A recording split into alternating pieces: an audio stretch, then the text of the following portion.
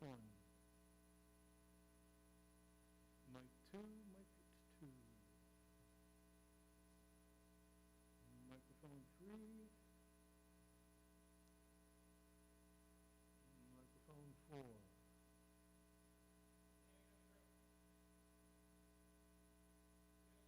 We're good?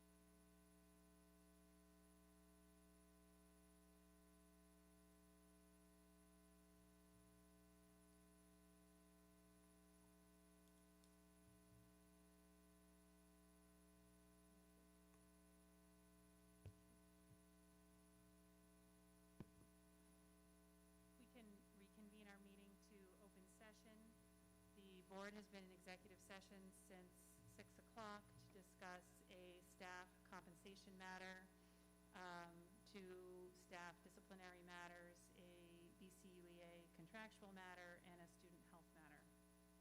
If we could all stand for the Pledge of Allegiance. I pledge allegiance to the flag of the United States of America and to the republic for which it stands, one nation, under God, indivisible, with liberty and justice for all. We could have introductions. Dave Hurst, Willow Bear, Christine Beck, Jonathan Fishbein, Jody Monroe, Holly Dellenbaugh, Meredith Moriarty, Chris Meyer, Wendy Sampson, and Judy Kehoe.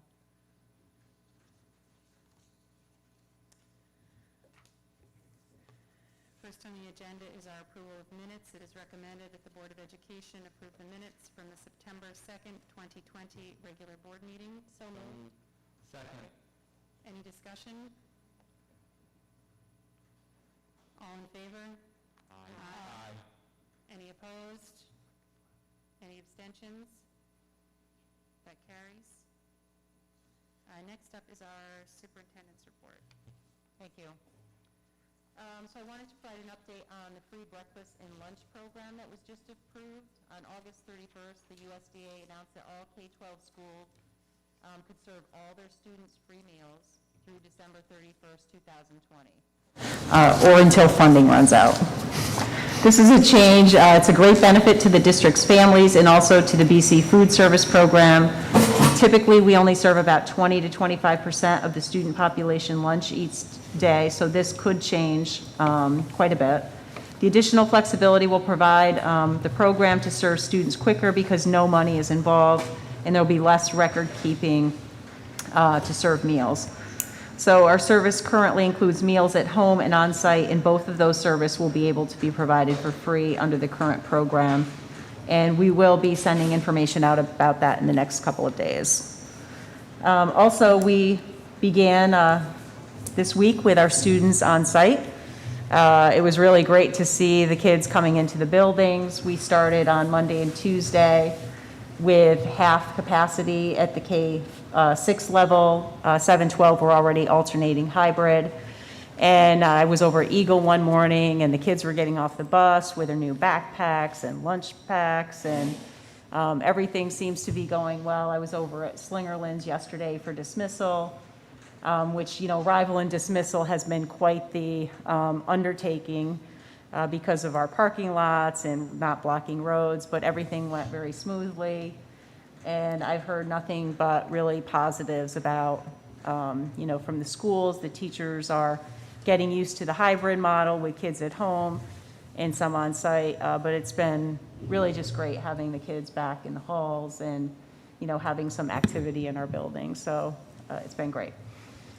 And finally, I just wanted to do an update on construction. So I have some photos to share with the board, and I'll just give a quick update on the high school. So the auditorium, we're pretty much done with it, and we're starting training with a lot of the new electronics that are in there.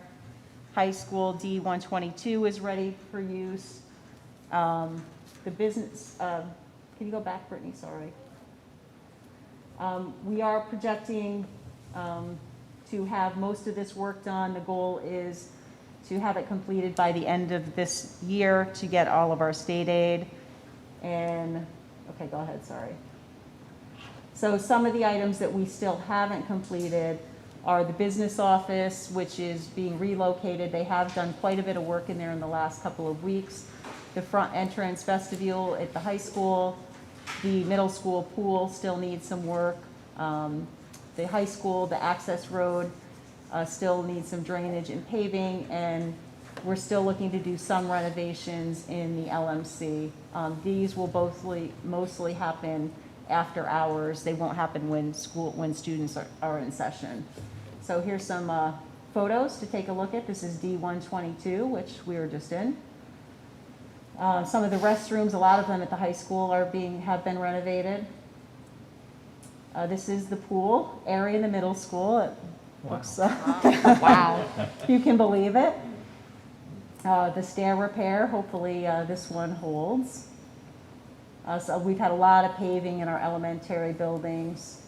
I know they don't look that exciting, but this is the new Glenmont kitchen. I think the board, you guys toured that last year, and this is much needed improvements, some additional paving. The stadium, the field bleachers that were installed, the new floor in the gym, the middle school, just some drainage and very exciting. The business office, this was actually quite an undertaking for the HVAC. This is for the middle school out by the back areas. You go to the field and the gardens. So this is, actually they've gotten that a little more cleaned up in a few days, the business office. Some new water filling stations that have been installed. This is, I think you've seen in the main foyer area. This is some of the auditorium is just about done. You can see the seating and yeah, it's even a little more progressed now. Wow, looks Near good. the clouds. Yep. The blend right here. And that's it, right? So those are, and we have these on the website. So some of these areas, unfortunately, we're not able to utilize. It would be great if we're able to by the end of the year, but just to give everyone an idea of what some of the almost or finished products look like. So, Will they be able to use the auditorium at all for, like, to spread out? I don't know. the orchestra one of the issues or- is the soft seating, and Okay. so we have to think. See, right now, not really are we Okay. able to use it unless we let it then sit for quite some time before the next group uses it. We could use the stage area, I would think. Okay. Yeah. But- And that's my report. I did have a question that I've heard from a few community members about what the best way for virtual learners, like on their hybrid days when they're at home, to give feedback to teachers about what's working and what's not working. So I don't know if you or Dave had any thoughts on that. Specifically, I think there were some concerns that, in terms of pacing, when the teachers are moving quickly through material, and it can be, if it's challenging for the student at home to follow along, sort of, what the best way to approach that is. I mean, knowing that not all classes are the same, I would suggest they reach directly out to the Yeah. teacher, because every class is going to be different. Working Yeah. through the teacher would be best for sure. Okay. Yeah, I would agree. Teacher first. Okay. Yeah. I think all the technology, though, has been working great. Thanks, Ray and his team. Knock on something. Watch it crash. No, just kidding. Did anyone have any questions or comments for Jody? I don't have a question. I wanted to, as a parent, express my overwhelming gratitude to all the administrators for how well reopening is going and all the work that went into it and continues to go into it. I literally wept as I dropped my kids off to school because of how safe I feel doing that and how important that is. And there are school districts not far from us who are having an entirely different week this week. And I know that we hear a lot of the bad things and a lot of the negative feedback, and I've been trying to focus on the fact that we have so much to be thankful for and positive about here, and I just wanted to thank you and everyone who put a lot of work into the reopening. Thank you. Were there any issues? Did you have any issues that you came across this week, or everything seemed to go pretty smoothly in all the buildings? Yeah, I mean, we have some small issues, like one of the things we were trying to avoid was having lots of kids, particularly at the middle and high school, being dropped off early because of, where do they go or them congregating. But I think both Mr. Domel and Mr. Klugman have come up with a solution. So when kids do come in early, they can go at the middle school, for example, right in that upper gym already has desks set up 6 feet apart. So they'll go in there and wait. I mean, it would be ideal if we could have people dropping off, but I understand everyone's got, it's not going to be ideal. And some of the the traffic flow is a little bit of a challenge, but I think with time, that will get a little bit better. You know, we knew it was going to take some challenges. The transportation, actually, the buses have been really quite on schedule this year to getting to where they need to be, so. They weren't that late, huh? No. Wow. So, yeah, so other than just little things that pop up, it's been pretty smooth. And the time, the earlier time has also worked out. Yeah, yep. I would like to add that the drop-off experience at the high school has improved every day. This morning was especially really well orchestrated. If everybody follows the directions, when they motion you to, you know, to get up to a certain part, and you actually drop your child off where they've motioned you to go, you get out a lot faster. Yeah. That really did work. It wasn't like that on Monday or Tuesday, but it was definitely like that today. Definitely arrival and dismissal was quite the challenge. In fact, yesterday when I was over at Slingerland's, I was one of the bus sign people. Yeah. Had an important duty to do. It's a big family project at the elementary schools with every available teacher and aide outside making eye contact with parents, and Yep. And they it's have really signs. been a project, yes. It's been a work in progress. Yep. Next up is our board report, and just to follow up on what everyone has said, the only thing that I wanted to mention was just a thank you to the administration and to the teachers and the staff for all of the work that was done so that our kids could get back to school. And, you know, so far, fingers crossed, it's going smoothly. And I would just encourage people, if they're, to be patient, because there may need to be tweaks to things. And if there are challenges that people are facing, that they should let somebody know about it, and not just sit on it, because we won't know if you don't tell us. Anybody else? Did we, have we had feedback from the virtual academy and how that's been working? Sure. Yeah, Dave, you want to just give a quick summary of that? Yeah, the feedback overwhelmingly has been positive. We have had a few sort of negative ones in that some people kind of thought it was going to be a little bit more like it was in March, a little where there really wasn't a schedule. You could come and go as you please. So there's a little bit of getting used to for some folks that, yeah, there's a definite schedule. You have to log on and off at certain times. But we've received great feedback, even from, we had one in particular that stands out of a student that is generally anxious about going to school, and that their experience has been so positive that after the first week, on the shortened week there on Friday, said to her mother, I can't wait to go back to school on Monday. This has been such a great experience. So, I mean, there's still kinks to work out with just trying to navigate, especially the K2 kids. I don't know that parents necessarily realized how much support they were going to need at home. You know, you can't just sit a kindergartner in front of the screen and say, here you go, I'll see you at 3 o'clock. So there's a little bit of that, sort of figuring out with families, trying to navigate how much time they really need to spend with their kids. But so far it's been going great, yeah.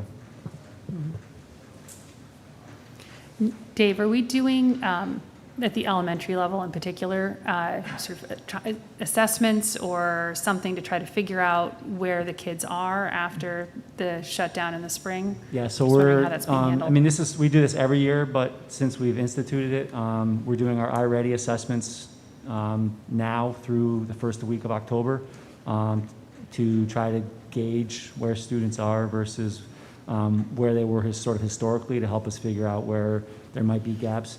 I mean, we were really fortunate in that, I mean, the timing of the shutdown was to the point where for our core areas, we were fairly close to where you kind of had to be done anyways because of the way the state assessment lines up. So ELA and math were pretty much done with the critical content anyways.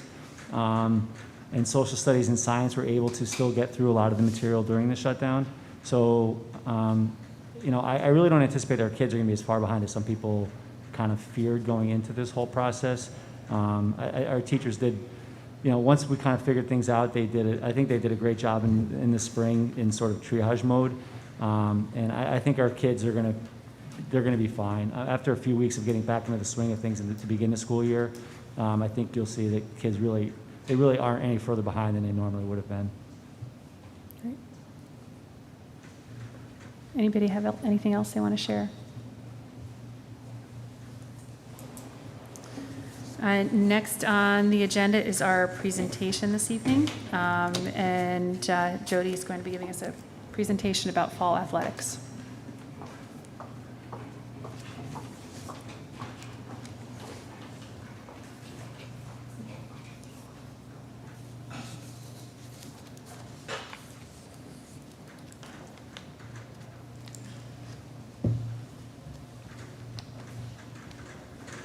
Is this on? Nope. Okay, thank you. Okay, so some of this will be redundant from what I presented at our last board meeting, but I know we've received a lot of feedback about sports, and so I wanted to try and address many of those questions that came in as well. So the first thing I thought was important to clarify are the difference in sports classifications. We talk about low risk, moderate risk, and high risk. And this is really defined by New York State DOH, essentially in combination with what CDC put out. So low risk, you can see, is the greatest ability to maintain physical distance, individual sports, ability to avoid touching shared equipment, cleaning and disinfecting, and or not using any shared equipment at all. When you get into moderate risk, there's a limited ability to maintain physical distance, or activities that cannot be done individually, essentially. Again, the sharing of equipment is another factor in what classifies as different risk levels. And then for high risk is the least ability to maintain physical distance, and then it's almost really impossible to not have shared equipment. So I also want to address the decision-making time frame, because like everything with COVID and reopening, it seems like time frames are irrelevant, and we are making decisions very quickly. So on August 21st, we had area superintendents met with Albany County Department of Health with Commissioner Dr. Whalen to talk about some of the concerns with the current guidance for reopening. At that point, the Department of Health, or Albany County Department of Health, said that we would be receiving updated guidance for reopening of schools from the New York State Department of Health, which we are still waiting for. On the 24th, the governor gave the go-ahead for low to moderate risk sports, and also did at that point allow high-risk sports to condition beginning September 21st. And then September 4th was when New York State Athletic Association released their guidance on returning to low, moderate, and high-risk sports. Section 2, which is the section that we are affiliated with, did not make their decision to allow low and moderate risk sports to be played until September 10th, and at which time the Suburban Council asked for districts to make a commitment that same day on what sports we would participate in.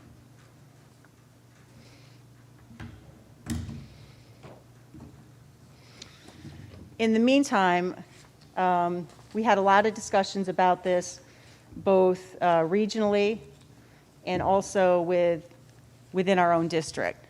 So on August 25th, there was a regional BOCES meeting, which, when I say regional, I'm talking about there's 4 BOCES that are part of Section 2. And there were a lot of concerns expressed about sports in general starting within days after schools reopening, but particularly with moderate and high-risk sports. And on August 26th, the New York State Council of School Superintendents asked the governor to reconsider the start date of September 21st and to consider using the January start date with the 3-season model that the State Athletic Association had proposed as one of the alternative models. Between August 25th and September 10th, there were lots of district meetings about athletics. We had a discussion about it with our school news coordinator, our school physician. We have an athletics and co-curricular subcommittee that had a discussion about it. We also had a discussion, and Holly and Willa, you're on the reopening committee, I can't remember the exact date of it as well. Then on August 28th, Section 2 actually asked the BOCES to provide feedback about resuming sports. And the Cap Region BOCES, there were 18 responses, and out of those, 14 of the 18 indicated they would prefer a delay in sports, not preferably the January date, but at least a date to beyond September 21st. On September 2nd, we had our board meeting, and we had a presentation by me, and the board discussed some of the issues related to athletics, and particularly with some of the discrepant information related to reopening schools and starting sports. And then September 9th, the Suburban Council met, and at that time there were still several districts who were undecided on whether or not they would hold fall sports or not. I also want to address the issue that we had many comments that we're the only school in the section not to offer moderate risk sports. And that's simply not true. There are 4 sections currently, section 4, 8, 9, and 11, who are postponing all fall sports until January. In section 2, these are the leagues that are within the section, and you can see that as of today, the Foothills postponed all moderate risk sports, so field hockey and soccer, to the March timeframe, or what the state refers to as a fall 2 season. The other day, the Western League postponed all fall sports until January. And I think Monday, the Western Athletic Conference is announced they were only doing low-risk sports. And the other districts left it up to district choice, and the Adirondack League is still undecided. So at this point, there's a majority of schools within Section 2 not doing moderate risk sports at this time.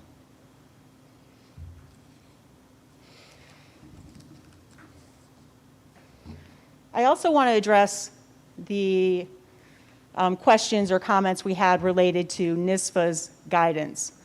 And NISFA says right in their document that this document is for informational purposes only and not intended to replace or change information from the Department of Health or the New York State Education Department. And if you read through their guidance, essentially most of it they refer you back to the Department of Health because most of it has to do with health and safety.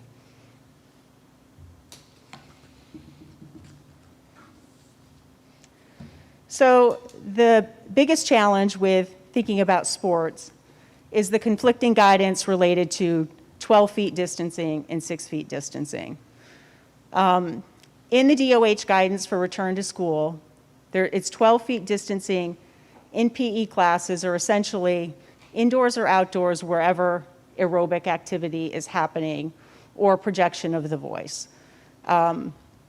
We had conversations with our local Department of Health rep as well as our school physician, and they confirmed that anything with heavy breathing, there should be 12 feet and a mask.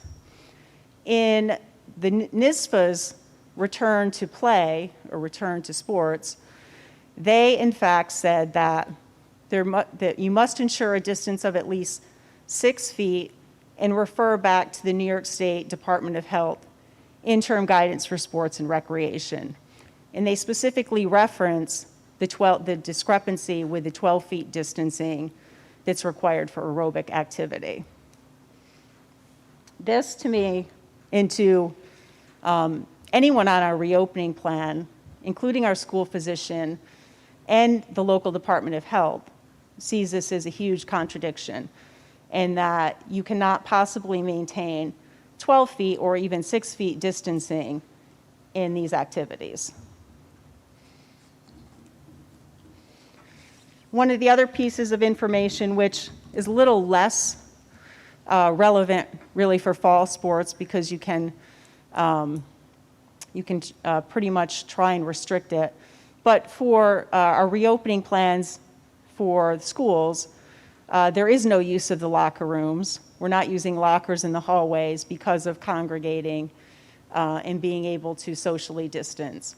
In the New York State Athletic Association's guidance, they again reference DOH, guidance for sports and recreation, but essentially say you have to post signage and distance marking of spaces.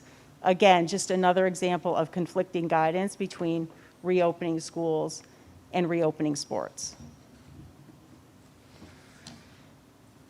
Another piece that the interscholastic athletics guidance talks about is risk and promoting risk. And they refer us back to the CDC's guidance.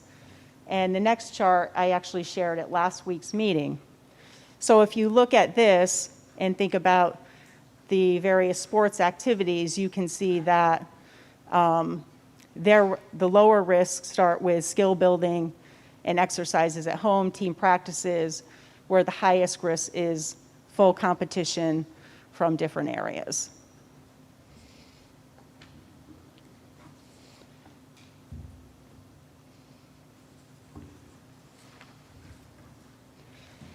So in our reopening plans that was presented and submitted to the State Education Department and the Department of Health, we do have 6 feet distancing. Students are wearing masks in class all day, minimizing cohorts on our buses. We have students taking the same buses in the morning, in the afternoon. We're requiring masks on buses and in our classrooms, no sharing of materials, and when materials do have to be shared, they have to be disinfected between uses.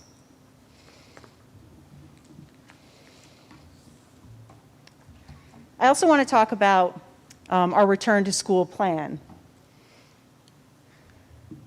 We have 87% of our students who are returning to our buildings. Some districts are 100% virtual for their high school students specifically. Some have up to 25 to 30% of their students virtual. So when we talk about our return to school plans and risk, you have to factor in the number of people in your building on a daily basis and what risk that inherently brings. I also want to address risk, and the message that has also been sent about students already playing sports. We talk about tough choices that people have to make in risk versus benefit. And one of the things I think is a little different than students playing on a school sports team or what they're doing now is that they haven't been in school. They haven't been coming into building with large numbers of people. We have students and staff in our building where if you want to have your child participate on a travel team, that's one thing, you're assuming that risk. But when they come into our buildings, now you're putting other students and staff at risk. The other piece I want to mention is that we as a district have to weigh out what's the risk versus the benefit. And we've reopened our schools successfully, and hopefully will stay open. And so everything we do has to be about risk and is there a benefit to it. And our goal is to mitigate risk, not to add risk, especially not 1 week into the school year.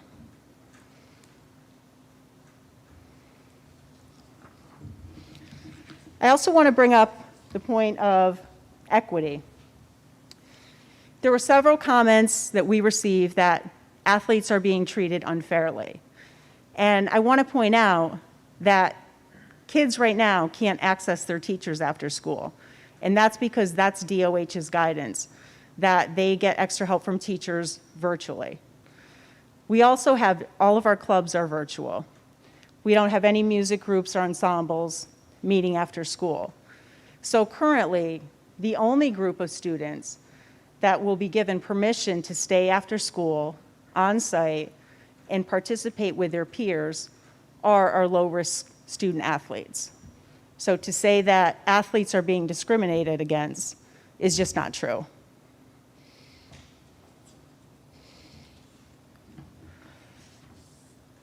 For transportation, I think everyone knows this is not just our district. There's a huge bus driver shortage. We don't have late buses. So one of the reasons that we decided to do just varsity level is that we assume most varsity level athletes could get to and from practices and contests somehow, either driving or with a parent. We felt to do that for underclass students would be inequitable. It would place a hardship on students and families. It also would create more students after school that we're having to try and manage. So since I said everything changes daily, just in this week, we've learned of several school districts who have said they're moving their moderate risk sports to a fall 2 season. And so what I propose, or what I think that we should do, if things stay positive, if our schools remain open, is that we allow our soccer and field hockey teams to participate in a spring season, which I forget the exact dates. It's sometime in March through April. They would be competing against potentially other sections who are already planning to do that January through spring model. There's also several schools now locally in our section who are going to that model. It's also less likely that, I'm hoping, we'll have a school shut down at that point, where in the fall, once a school is shut down, if the teams have participated in a game, the season is over. So I think that given the number of schools who have now moved toward the fall 2 season, that this would be a viable option, again, if everything looks good at that time.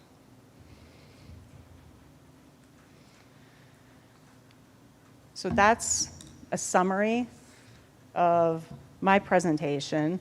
And we have 6 individuals who have been invited to speak on this issue. So I don't know if you all have decided who's going first. Okay, so you can come to this mic right here. It's down this way. You could move it up.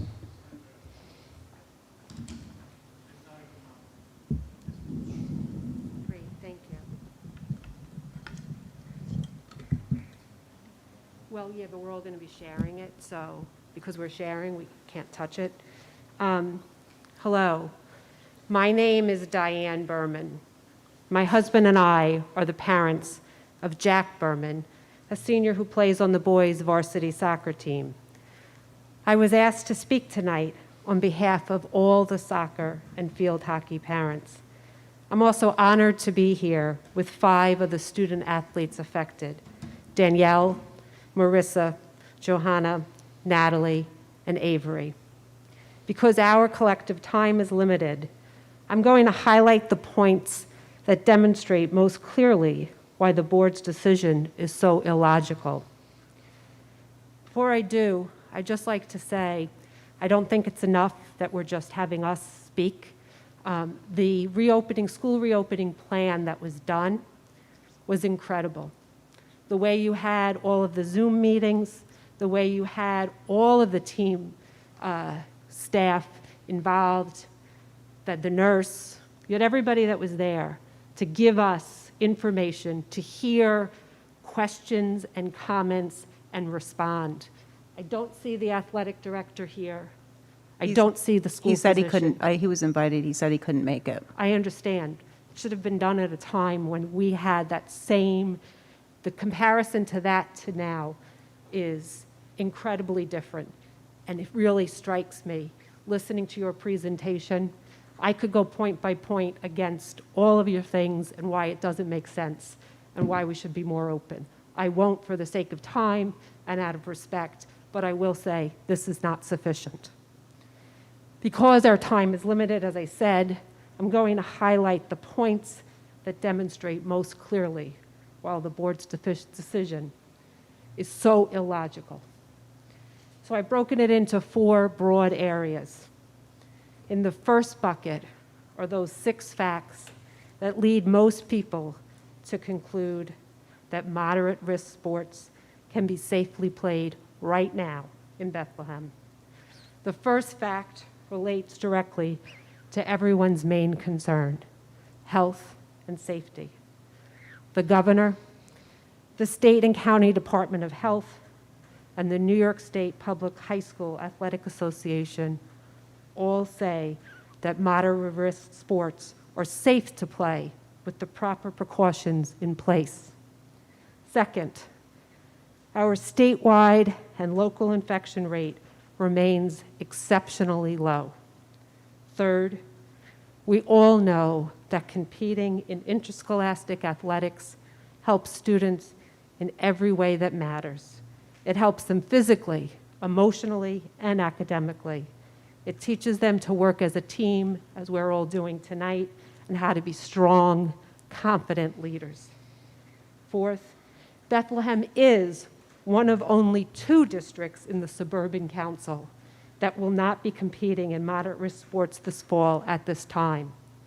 That means there is no chance, even though you're trying to come up with something, we don't know that. There is no chance for our athletes to play in a delayed season later in the year. So they play this fall, or frankly, they probably don't play at all. Fifth, it's even worse for our graduating seniors who won't be able to play the game they love in their final year of high school. And sixth, they won't have a final chance to showcase their skills to college scouts and coaches, losing out on potential scholarships and other playing opportunities at the collegiate level. So our next bucket is the process issues. There are many wrong things that were done. I'm only going to highlight a few of the process issues. Until tonight, the board discussed this issue publicly only once for less than 18 minutes at the board meeting on September 2nd. At that time, you delayed a decision on fall sports pending further guidance from the Department of Health and the Public High School Athletic Association, and pending further discussions with local school superintendents. The board directed our superintendent to gather that information, have those discussions, and if possible, develop a plan to safely compete this fall. Board member Chris Meyer stated he wanted a good faith effort made. He wanted to see if we can get it done. Since that meeting, the Department of Health and the Public High School Athletic Association released guidance saying it's safe to play. And every district in the Suburban Council at this time, except Bethlehem and Ballston Spa, voted to participate in moderate risk sports. And yet, despite the fact that everything the board was waiting on turned out to favor a return to fall participation, you still chose to disregard the very information each and every one of you, including you, professed would inform your decision-making. The third area to address is the actual decision itself and why it is so fundamentally flawed. Right now, as I speak, hundreds upon hundreds of Bethlehem students, boys and girls from kindergarten through 12th grade, in every one of our schools, are already playing moderate risk sports in organized rec and travel leagues. As I drove here tonight, I saw them. They're playing soccer, baseball, field hockey, and softball. Our parents are smart. They understand the risks associated with playing. But they also know their children can do it safely because they're already doing it safely. How can you possibly deny our student athletes the right to do the very same thing their siblings and their friends are doing every day? That is the very definition of a nonsensical decision. It is arbitrary, it is capricious, and if allowed to stand, it is downright cruel. You say that what families do outside of school is beyond the board's control.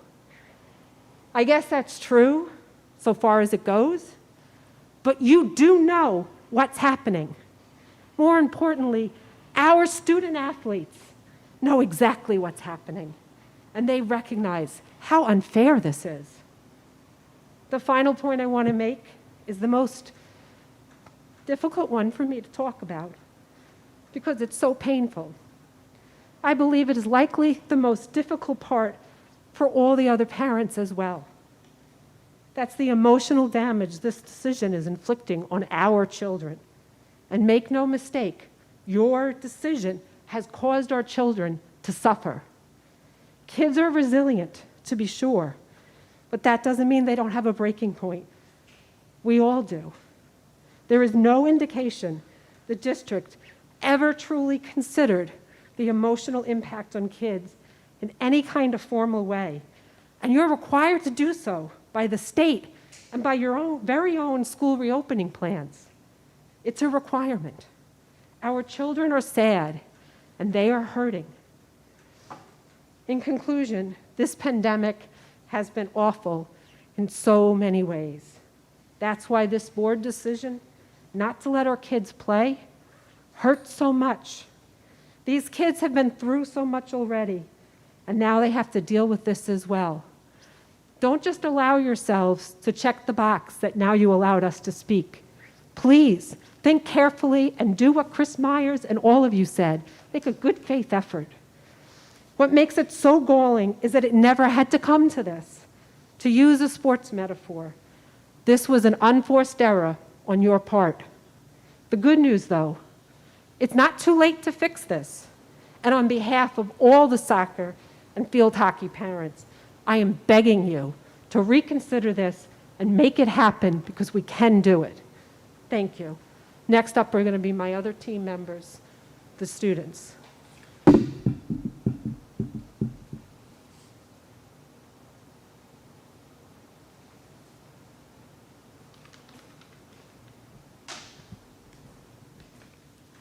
Hello everyone, my name is Daniel Zhou and I'm a junior on the varsity soccer team. Today I'll be saying a few words on behalf of our captains and on behalf of the entire boys varsity soccer team. We would like to begin with an apology for any hostility shown in the name of our cause, and we condemn any inappropriate aggression that may have occurred. While we fully prioritize the education and safety of students throughout the district, we fully believe that soccer and field hockey can be held in a safe manner. We have found no evidence substantial enough to justify depriving our student athletes of an opportunity that is being given to their counterparts all across the region. We feel that those involved with this decision have not been transparent with us. A closed-door meeting was held, and we provided no scientific evidence or sound logistical reasoning as to why we should be denied our season. It is now well known that executives from the New York State Department of Health all the way down to the individual school districts of Section 2 have undergone the same decision process as Bethlehem. These organizations have, with an overwhelming majority, found that soccer and field hockey do not pose a high enough risk to warrant a ban in this fall.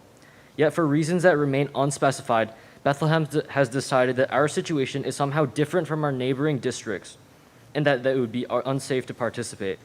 This came as a shock to many around the region who were left wondering what factors differentiate Bethlehem and why our student athletes should be forced to sit on the sidelines while their peers participate in these sports.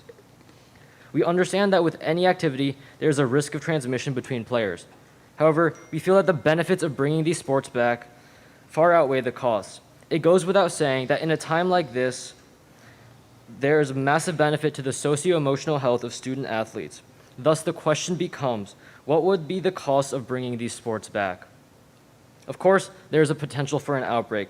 However, state and county health officials have all come to the conclusion that these sports would not increase the probability of an outbreak by enough of a margin to require cancellation. Unless the district can provide evidence contrary to that ruling, we do not understand why participating in these sports would endanger the welfare of other students in the district. Though the district should prioritize education, there's also an obligation to provide extracurricular opportunities. If these can be done with reasonable safety, which they can be, there is no reason to block students from participating. Additionally, on Saturday the 12th, a petition was formed to allow medium-risk sports to play this fall season at Bethlehem. In less than 24 hours, the petition garnered over 1,000 signatures, and today, the petition has reached a total of 1,573 signatures. It is clear that a substantial number of individuals in this town and in surrounding areas have come to the same conclusion as public health officials, that medium-risk sports do not pose a great enough safety risk to deprive our student athletes of a season. As the Board of Education is a group of elected officials, they should at least acknowledge the opinions of their constituents and understand that the public is in strong support of reintroducing soccer and field hockey. Once again, those in support of district participation in moderate-risk sports understand the gravity of the situation. In no way do we wish to have our sports at the expense of our fellow students. That would be ignorant, unfair, and reckless. However, through an objective lens, we have seen that the overwhelming opinion of state, county, and local officials has been that these sports do not pose a serious risk to public health. As such, we believe there are two ways to proceed. We are either asking for a thorough justification as to why a season isn't possible, or for the board and superintendent to overturn their decision. We believe that a decision which goes against the judgment of so many other schools warrants substantial empirical evidence and logistical reasoning as to why Bethlehem cannot afford to reintroduce soccer and field hockey. If no such evidence can be provided, then we feel the district has failed in their decision-making process, and we fully expect to be granted the same opportunities as our counterparts throughout the section. For the well-being of our student athletes and for the greater good of Bethlehem, please thoughtfully consider our requests. Thank you.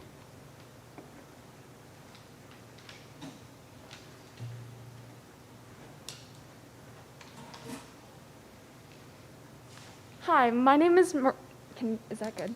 Yeah. Hi, my name is Marissa Mastracco, and I'm a senior here at Bethlehem Central High School. I'm a member of the Bethlehem girls varsity soccer team, and I wanted to thank the board for letting us all speak tonight.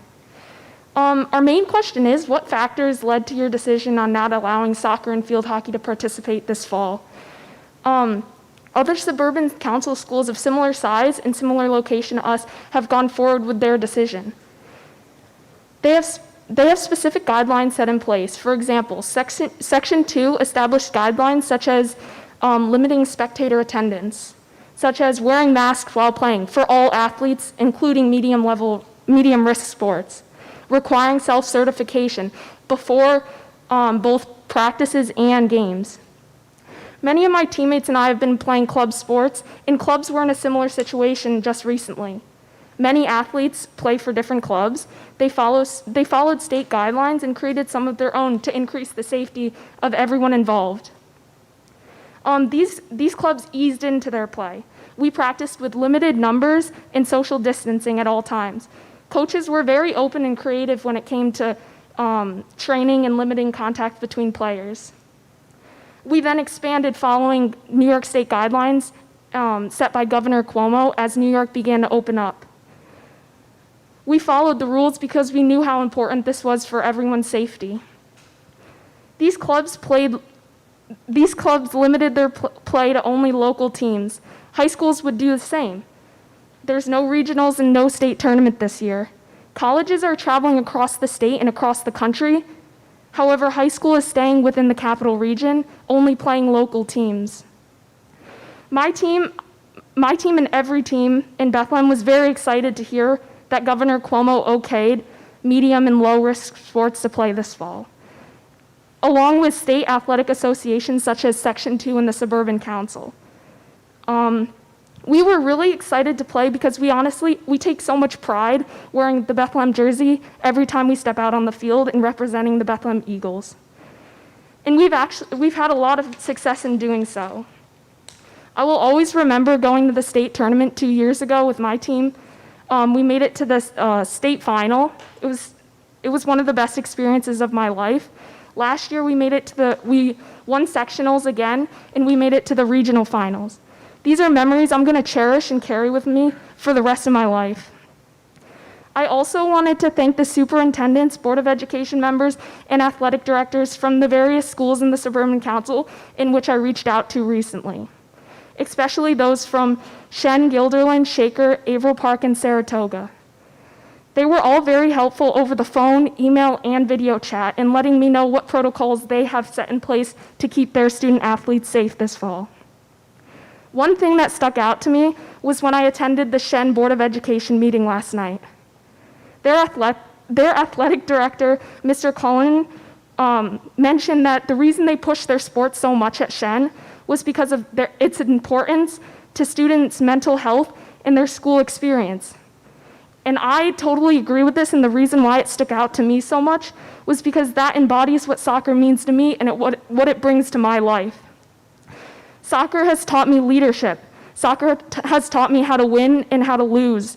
Soccer has taught me how to be unselfish and how to work hard. Lastly, COVID has already taken so much from us. I wasn't able to go to my junior prom. Winter sports were cut short. Spring sports got canceled. And the graduating class of 2020 wasn't given a proper graduation.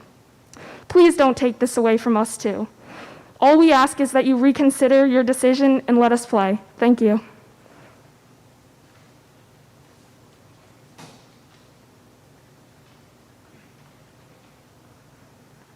Hello, I am Joanna Van Royen, and I'm a senior here, and I play in varsity soccer.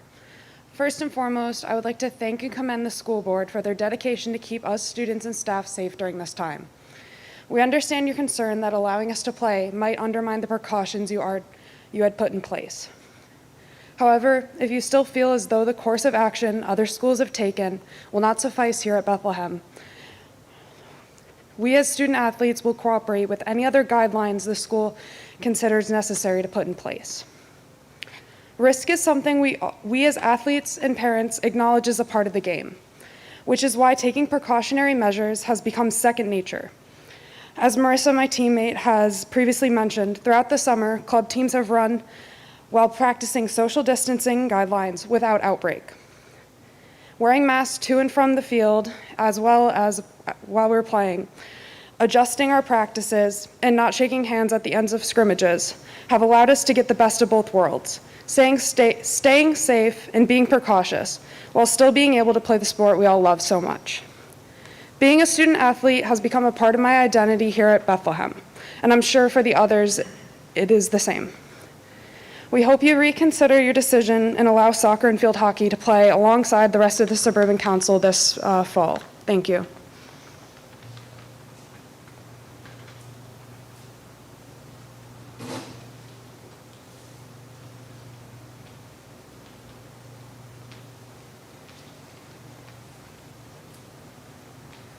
My name is Avery Daggett, and I am a senior at Bethlehem. I'm a 2-year varsity lacrosse player, and this would be my 3rd year on varsity field hockey. I'm speaking tonight in support of field hockey and soccer having a season this fall. I first started playing field hockey in the 5th grade and had never picked up a stick prior to the first practice. When my mom dropped me off, I immediately began to cry. As a quiet, shy kid, I was nervous to try something new, worried I wouldn't be as good as the other kids. I grew to learn that joining the field hockey team was more than just learning to play the sport. It was about working together, creating leaderships, and advocating for yourself and your teammates. And that's why I'm here today, standing in front of all of you, fighting and advocating for a season to take place this fall. Participation in high school activities, such as sports, is a valuable part of the overall high school experience, enhancing students' school engagement and sense of belonging. I have made some of my best friends playing field hockey over the years, most of whom I would not have met without the opportunity to play. There are also significant physical, social, and emotional benefits to allowing students to play these sports. And with all the terrible things going on in the world recently, sports would be a great distraction for both the students and parents as well. In the crowded and confined school hallways, we are required to wear masks at all times and walk 6 feet apart from those around us, which will be difficult. While playing field hockey, we will be outside in the fresh air with the ability to spread out more during drills and have added protection from being required to wear a mask at all times.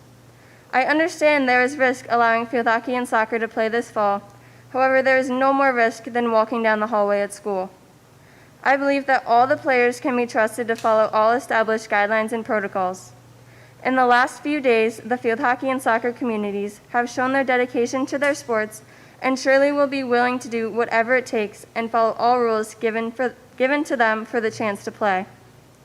It has come to my attention that Bethlehem is the only school district in Suburban Council preventing field hockey from having a varsity and junior varsity season this fall. As a result, we are unable to have a potential season in the spring like volleyball and football. This is doing the teams as a whole a disservice. We will not be able to practice together this season, hindering our ability to grow and get better as a team. I believe that the coaches of both field hockey and soccer have proposed at least one plan explaining how they will keep their players socially distant. This details how the equipment will be cleaned after each practice, how the players will spread out during drills, and on the sidelines. The coaches have put lots of time and effort into creating proposals that coincide with the guidelines provided by NISFA and Section 2. We ask that you please give them the opportunity to try. The Bethlehem field hockey program has done so much for me over the years that as a senior, I was excited to show the younger players that hard work pays off. I hoped that I could show them what dedication and commitment looks like. I have taught many players through the youth program and local camps, having shown them the basics and watched them develop into the players they are today. The only way to continue to build the program and the culture myself and my fellow seniors have established over the past years is through being together and leading by example. We must be able to demonstrate the importance of hard work, commitment, leadership, and most importantly, acceptance. Without having a season, the ability to accomplish this is taken away from us, hurting not only the older players, but the young ones who are eager to learn. I would like to thank the board for taking the time to listen to us tonight and encourage you all to trust us as student athletes and reconsider your decision to cancel field hockey and soccer this fall season.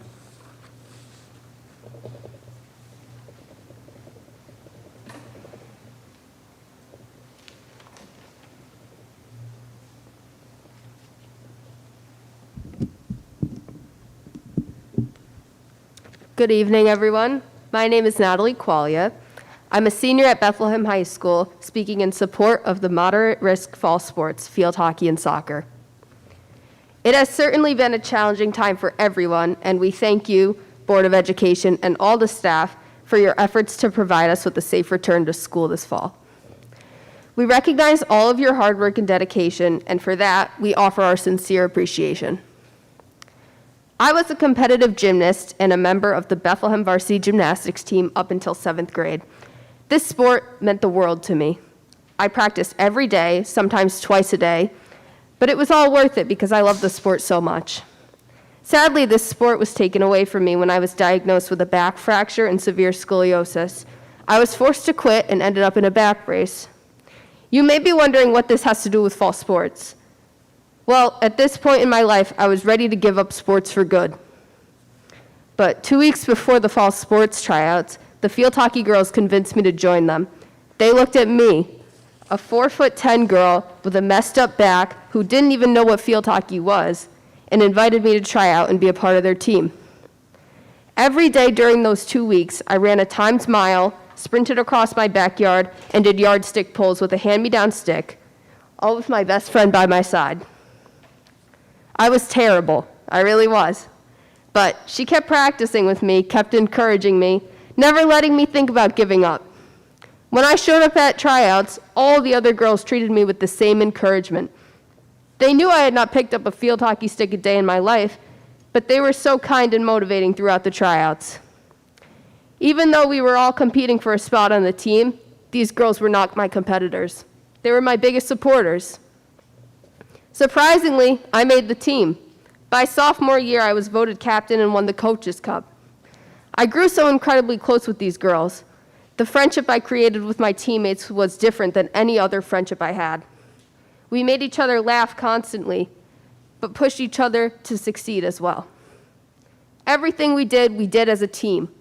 The friendships between teammates are hard to explain, but they are very special. Today, I am here to support my teammates that took me in when I was ready to give up. I know what it's like to lose a sport. It's heartbreaking. I do not want my teammates and other fall athletes to lose their sport too. So, to the Board of Education and to Superintendent Monroe, we ask you to trust us to play. We are aware that there is a risk to letting us play. We want to be part of the efforts to keep ourselves, our teammates, and our student body safe. We would offer to sign a pledge which states that we are taking certain precautions to mitigate our risks, including wearing masks and not engaging in high-risk activities outside of school. Sports are an absolutely critical component of health, socialization, self-esteem, and learning to overcome failure and disappointment, and we do not want to lose that this year. Thank you again to everyone for listening. As a student at Bethlehem, I have found that we are a district that is usually willing to make changes in the interests of the students. The staff care about us, they listen to us, and they prioritize us, which is what I love most about our school. Right now, we are calling on you to make a change. Thank you so much. Thank you. And as we talked, this is a team effort for all of us. I started it. The kids did such an incredible job. I'm going to end it. Before, just want to acknowledge that I know that this is a hard decision. And I know that there's a lot that has to get done. There's a lot of pressure. I recognize the incredible hard work that Jody and her team has done to help get this school back up and reopened, and it's wonderful.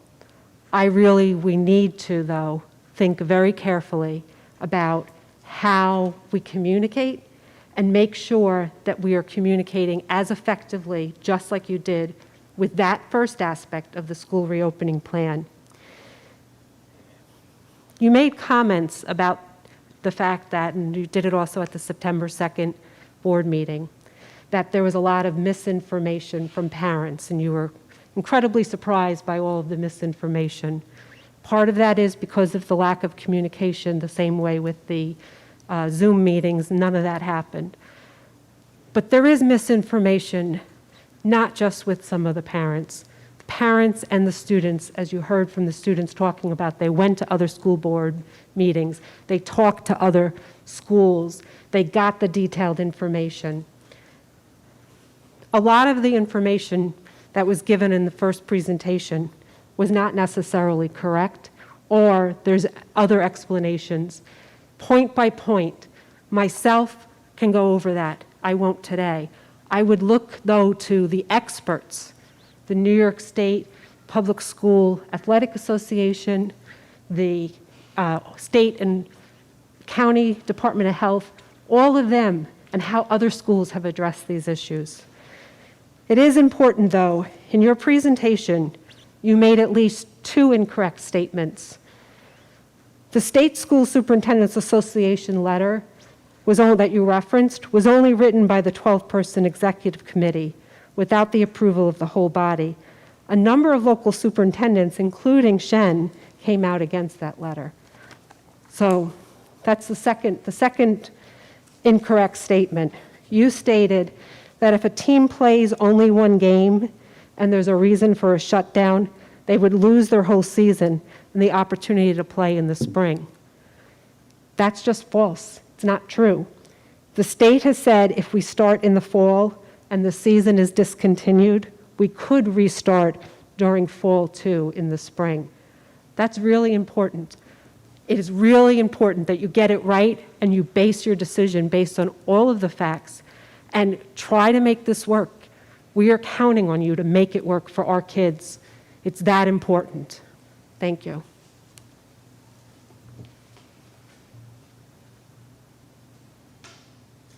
Thank you to all the speakers, both for putting together your presentations and for taking the time to come and speak this evening.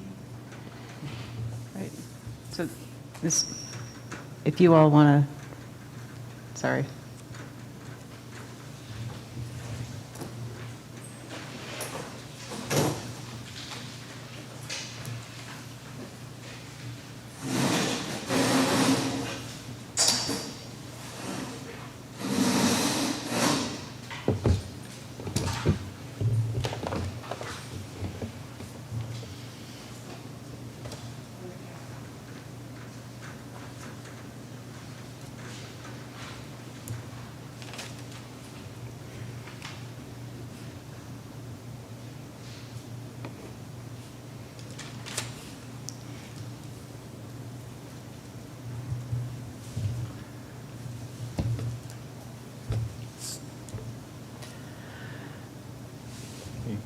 I would like to have a discussion at this point.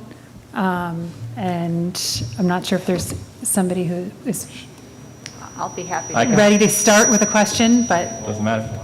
Yeah. Can I just say like one thing, like I have a ton of things I want to say, but I want something real quick. Like, first of all, I thought everybody who spoke tonight did a really nice job. I mean, it's very impressive to see, why am I getting all this feedback? Sorry. Those kids get up there and talk like that. So it says a lot about our school and our parents that they did that. Just one thing that I just wanted to make sure was that they keep saying a board decision was made to close sports. There was no board decision. I want the public to know that there was no closed-door meeting, that this didn't happen. And I keep hearing that it happened, but if it did happen, I missed it. I wasn't there. So I just want to be very clear that this was not there was no board decision on this. There were several comments about being a vote of some sort. Yeah, But there wasn't, correct, there was no vote. and it's not a board decision anyway. I was happy that all the speakers came and they did a great job presenting their thoughts. I just wanted to clarify that we consider the emotional well-being of all of our students, not just the athletes. I think that we are all here on the school board with that in mind. I know that most of us champion emotional well-being of the students, and for me, it's always number one. So I just wanted to clarify that that's always on our minds.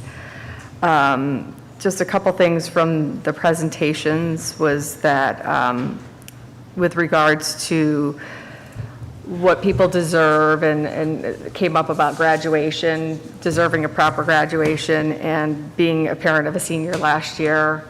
I felt there was something more special and intimate about that, and I was so grateful for that graduation, more so than the other two that I had that were big and, had all the pomp and circumstance with it. So I just wanted to make sure that that was clear, that I think most parents that were here last year would attest to it being a very special moment. We all last year had kids who missed their varsity season, senior ball, senior picnic, senior banquet. And as a parent, I can tell you, and I'm sure everybody on the board knew, I was devastated. That was my son's senior year, so I can relate to all the kids and how they feel, because sometimes I think the parents feel absolutely much worse because it's their kids and they're hurting. And I know that our superintendent wouldn't make a decision to negatively affect any child in our school without giving it the proper thought and attention that she thought it deserved. And I feel very confident in the choice that you made based on what you wanted to do for our district, not necessarily based on data or what other districts were doing, but what you felt knowing the students, the parents, the staff, and you made a hard, difficult choice, and probably the hardest one I've seen in a long time, besides the reopening. And I just wanted to say thank you. It's for all the kids, not just medium risk sports that you have in mind. And it was I'm grateful for the choice that you made based on the information and everything you had at that time. The only thing I had as a question, though, was we didn't have a lot of information at that first board meeting. And obviously things came out afterwards, and Mrs. Berman did refer to New York State DOH guidance. Did that come out, or I didn't think it came out? I still thought we didn't have information on that. So there was an update, but it was right after the governor made the announcement, and it basically took what the governor said in his press release, that low to moderate risk sports could begin September 21st. The guidance that we've been waiting for several weeks now is on their return to school or reopening schools.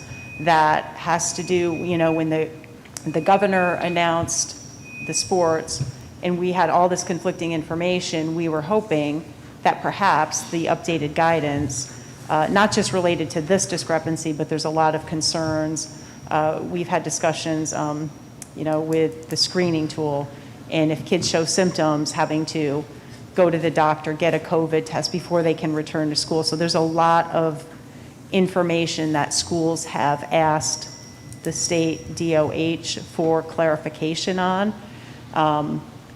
both related to this and unrelated to this, that we've been waiting for. So no, that has not been released. And the only other thing that was stated during the presentation that I had a question on was they wouldn't be able to play other schools if they did a spring 2 season or whatever it was called. I've already been in touch with, Ballston Spa is doing the same thing. So obviously that would be a suburban school we could compete with. The Foothills, some of those schools we already have non-league games with, and we can certainly have games with them. And if we can travel, which I'm hoping at that time, we could play teams in other sections that are on that January schedule. So would we be able to play the other suburbans that are doing the fall? Then no, but we would be able to play other teams and have a season. It would be a different season, but like everything right now, it's different. Okay, that's all I had. I have sorry, do you want to go or? I just wanted to say first, Go I next. wanted to, I know it's a little out of order because after this is when we're technically recognizing our public comment that has come in. But I did want to acknowledge at this point that we did receive a lot of public comment on this issue. There were in total probably about 100 emails that came in on this issue.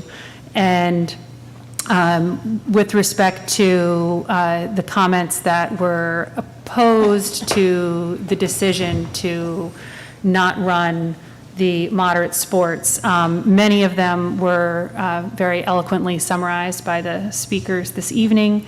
But just in general, to summarize, reflected how important athletics are to our students, and how important physical activity and mental health and the overall social and emotional well-being of our students, how much that's tied into athletics. And then there were also some comments about concerns that the students might be hampered in college recruiting and the college application process. Some comments that that playing outside does not have a very high risk of transmission, that student athletes in general are not at risk of serious illness, and that a lot of these students are already playing in organized rec and youth leagues. And then we did also have comments that were in support of the decision to not run the moderate risk sports this fall. And those comments included statements that education needs to come first and concerns that an outbreak could jeopardize the school calendar and require schools to go 100% remote, and recognized a question of risk not just to the student athletes themselves, but that to the staff members, students, and students' family members who could be impacted by transmission or an outbreak. And concerns about social distancing not being possible while playing soccer or field hockey, and some general comments that to keep in mind that our community includes older residents as well, and that we need to remember that any actions that we take with respect to students also impact those residents during a pandemic. And all of the comments that we received will be made part of the record for this meeting. But I just felt like now was the appropriate time to mention both of those. And I do also, I want to acknowledge for all of those people, especially the students that wrote into us, how impressed I was with their passion and their desire to advocate for what they believe in, because, I hope that they continue doing that, not just with respect to athletics, but with everything. But, Chris, I know you had a question, so why don't you go I ahead have a and bunch then. of stuff to say. I just wanted you to, if you're finished, I'll go. I just Go didn't want ahead. to cut you off. Okay. Before I start, I just wanted to say, I heard, I think it was Ms. Berman say, she was pointing out about how our reopening plan we had many meetings, and this one we really didn't. It was also, the Times Union article today where it was mentioned as well. And it's true, but it's true for a reason. We had 5 months to do our reopening plan. The governor made his announcement on the 25th. 24th or 25th, something like that. We had a board meeting the following week. It wasn't like the next board meeting was the next thing that we talked about it right away. So it wasn't like it was hidden. And then the following week, a decision needed to be made. So yes, there was an expediency to that decision. And yes, it was different than the reopening plan because we had 5 months and this we had 18 days, 16 days. Well, I don't know. and don't forget the governor made the decision, but we didn't get any guidance from the State Athletic Association for a week or so later. I can't remember what the time frame was exactly. And we were still awaiting DOH guidance. I should clarify that the State Athletic Association is not really who we take our guidance from regarding health and safety. So they can put recommendations out regarding the sports because they oversee sports. But when it comes to health and safety, and that's why they kept referring back to DOH, that is who schools follow guidance from, not the State Athletic Association. So just when she made that point, I cede that to her. It wasn't. Sometimes it's on a school because they sit there and twiddle their thumbs. This was, hey, here's the information. We're going to give you a little more information in a week or two, and then you need to decide 2 days later. Have at it. And it's. I don't believe any schools had public meetings about athletics in this time period, to my knowledge. I think they're having meetings now about like coaches' meetings for fall openings, but to my knowledge, there were no, public meetings like we had for reopening. Yeah. So I'm sorry, I'm going to ramble on for a minute. I apologize. I just have a lot to say because I've been thinking about this for the past 2 weeks. It's really been, a major issue that I've been looking at. And I actually want to start by talking directly to the athletes and say, I know this will hurt. Losing sports would be crushing. It's been something you've done your whole life. Your friends are there. As they said, they met their friends. Their best friends are through there. Their summers are based around this. If you're a parent, I would joke that your car now comes standard with a folding chair, sunscreen, and a stench of sporting equipment. Your vacations are planned around this. And the worst part is you got to watch your kid go through this. Hearing that there's no sports, and that's crushing. And I also want to make sure that this isn't sometimes we do these arguments and where it's totally in the abstract and it's not connected. The emails that we got. One email is from my neighbor. It's been my neighbor for 12 years. I've watched all of their kids grow and come through, and they're awesome athletes, and I know losing sports would be devastating. Another email was from a colleague that I work with, who's my friend. I know how much her family's hurting. And the one that got me the most was once from my son's doctor. My oldest has special needs, and this doctor has just done so much for my family and identifying my son's issues and helping treat them. And, I'm on he wants sports to be going on, and so he disagrees with this decision. So there is a personal element to this. I don't want to say there's not. But when I looked at all these arguments, I read them all. I read all the emails, and I really, organized them into two main arguments, and the one I think you covered pretty well. It was why are other schools doing sports? Or as some people nicely put, who do you think you are? Why are we doing this? Why are we going out on a limb? So I did some research, and a lot of it was shown up there. But there's 732 school districts in New York. Sections 4, 8, 9, and 11 aren't doing any sports. That's 233 schools. That's 32% of New York. You add up the other districts around, the rest of the state that aren't doing it, I'm sure that number pushes pretty close to 40%. So 4 out of 10 schools in New York have no sports this fall. Not golf, not tennis, nothing. All right? You mentioned how the 14 schools in the WAC, the Western Athletic Conference, aren't playing. You mentioned the Western League, which I just learned how to pronounce, and how they're pushing back. I mean, Mechanicville is a sports town. I mean, Mechanicville loves their sports. They're probably on par with us in terms of what they love. And they push back. Everything.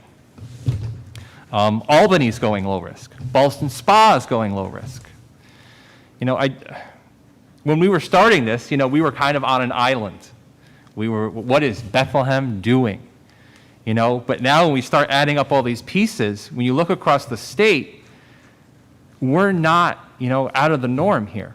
You know, we're part of the 60% of schools that, you know, and the other argument that I heard a lot, you know, was the social emotional. And my answer is to that, you're right. There will be emotional pain. We can't sit here and say, oh no, it'll be okay. No, people will be crushed. But this is what I tell my students. Every year I tell my students this. As a teacher, I have 3 jobs. My number 3 job is academics. My number 2 job is the social and emotional well-being. But the number 1 job is their actual physical safety. So in most cases, I would say in school, social emotional gets dealt with right away. If there's bullying going on, we want to stop it. But we are not in a normal time. You know, 200,000 Americans have died. 33,000 New Yorkers have died. So actual physical safety is critical. In my example of bullying, we want to stop bullying. But if there's a gas leak in the building, you get the kids out and then you deal with it. We need to deal with COVID. COVID is a real thing. But the other argument I heard was we played all summer and it was fine. And I think you hit on this, but I'll go real quickly. But, you know, you accepted the risk. You went from your home to your sporting event, and then you went home. You all understood. I'm part of that. My son did baseball camp this summer. I understand that risk. We, as a family, took that risk. I get it. But now you're in school. And now you're going home, school, sports, back home, and school the next day. So I understand that athletes are willing to take this risk, and I appreciate that. I understand that because my family did this summer. But now you are adding that risk to the 1,600 kids in Bethlehem High School, and they didn't ask for it. They didn't. So, yes, I understand you assume risk. And it is a moderate risk. And the phrase moderate risk just, I don't want moderate risk in my school. You know, I don't want things to ever be moderate risky. I want it to be safe. You know? So I am responsible for this, as a board member, for the social and emotional well-being of students. I am. And particularly these athletes who are telling me they're going to be crushed. But I'm also responsible to the 1,500 other kids for their physical safety. They came here based on a plan that was made. And if we deviate from the plan and have sports, did we act in bad faith towards towards the non-athletic students, you know, who are missing music, who are missing theater, who are missing their clubs, who are missing after-school help? You know, Mahonison, that's one of the cool things. Mahonison is currently closed. Like, this is real. Mahonison closed for 2 weeks. One administrator got it, and they are closed for 2 weeks. North Colony already has a case. People are in quarantine. It is real. Columbia, on day 2, announced a student with COVID. So, like, this is the question that I'm having. The question that's on the table is this, we're trying to keep schools open, and will soccer and field hockey help or hurt our chances of keeping school open? I don't see how it helps, you know, so how much is it hurting? That's a real question. You know, we talk about these things, we also want to mention like SUNY Oneonta, a college, closed. SUNY Albany, it's in the news today, is getting close to its number where it might need to close. Sorry, I know I've been rambling. I have 2 more things and I'll stop. I promise. One thing I might agree on them of, though, is about Jody. and so give me a little leeway here. We both think she's crazy. They might disagree with her decision. But I think you're crazy for another reason, because I'm shocked that you had the fortitude to make this decision. Why? Because going up against sports in the Suburban Council is a career ender. Thank you. It is. Okay? You know that if you do this, you are going to lose the support of a lot of parents in this district. They are. You know, Ms. Burnham, I don't want to speak for her, that would be totally inappropriate. But I'm sure there are many parents who would be upset if you kept this decision. So the politically expedient thing for you to do is to give up. That would make your job so much easier. Just quit. You know, just whatever. We're going to allow sports. That would be so much easier. So why are you doing this? I'm guessing you're doing this because you believe in the safety of our students. But I also believe this. You worked for 5 months on a plan. 5 months. Okay? And all of these plans at every school district are hanging on by a thread. When I talk to my fellow teachers, I talk like we're on a cliff. Like we really are on a cliff. And all it's going to take is one case, 2 cases in the right spot. We're done. We're virtual. We're remote. It's done. So, I appreciate what you're doing. It's courageous, okay? You don't have to agree with it. You can say that that Jody is totally wrong. That's absolutely fine. But my God, this was a brave moment of yours. And my final thought is this. This is my final thought, and I will stop. I actually hope that the parents and students are right. I hope that you are correct. Because why? Because that would mean that nobody got sick. I want to root against you because that means I'm rooting for kids to get sick. That's disgusting. I want this all to be over.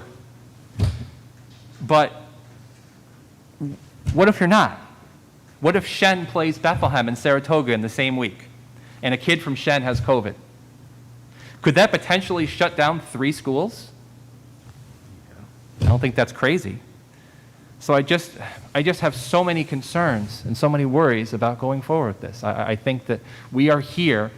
I spoke to principals, I spoke to other superintendents. We are here to open a school. We are here to open a school, and we need to do that. This is a once-in-a-100-year event. This is, the last time we had this was the Spanish flu in 1918.